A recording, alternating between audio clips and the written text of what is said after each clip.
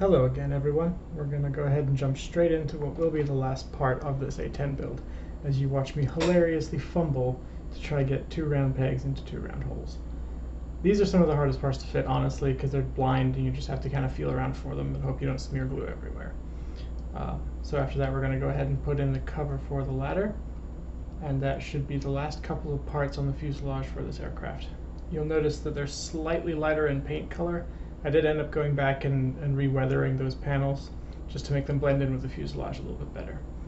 Here we go ahead and install the HUD and we install the windscreen.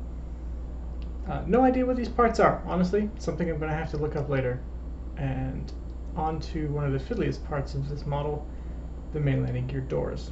We're going a little bit quicker here. I was trying to get a little bit better about showing just exactly what I wanted to show on the video, and so still experimenting with this channel and how these builds go. So all the landing gear doors, I did them sequentially. Some of them took some finagling, and but eventually we got them lined up and we got them pretty right. The nose gear door, I did realize, was a little bit of a tight fit with the fuselage. You'll notice me position it here, and then I'll come back and give it a nice solid push. There we go. So that's in. Once it was in, it was captured very, very solidly.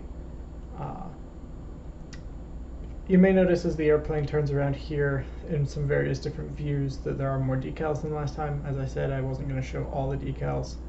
And one thing to note actually in this shot is it's very difficult to get those little spindly, or the struts, excuse me, for the nose landing gear door to attach.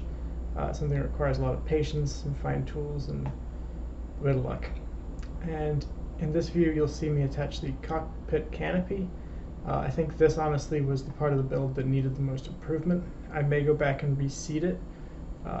First time I test fit, it fit up to the fuselage pretty well, but I realized that it didn't fit so well after I painted it and put the glue down for the final joining. So something I may look back at before I go ahead and deliver this to its intended recipient, but that remains to be seen.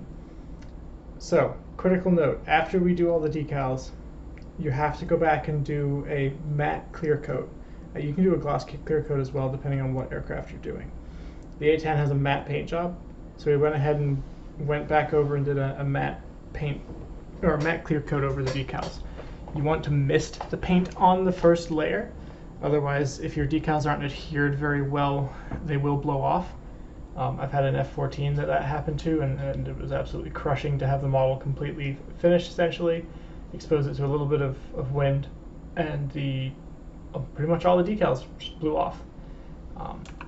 So in this view, finally, we're going to go ahead and install the most critical part of any A10, the bombs or munitions or whatever stores you're going to put on it.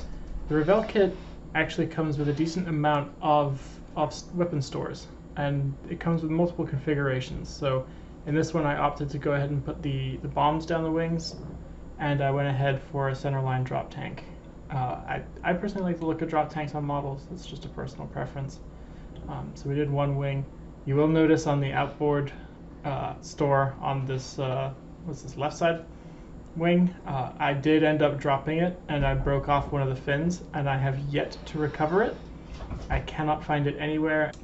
I did consider 3D printing a replacement fin, but the size of it would just be a little bit unfeasible. It'd be a little bit more trouble than it was worth on this one, and I just ultimately didn't go for it. If it had been on the top of the aircraft or a little bit more visible, I likely would have, but that was just my personal choice. Something I can do better in the future. So here we are. The model is now all finished. It's fully clear coated. All the weapon stores are attached.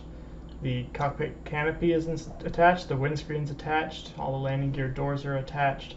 I'm going to go ahead and use my super stable hands, joke, to manually pan the camera around and zoom in and out. And ultimately, I'm pretty satisfied with the way the kit came together. With the added details that we put in, I think it looks better than the original kit would have, just fresh out of the box.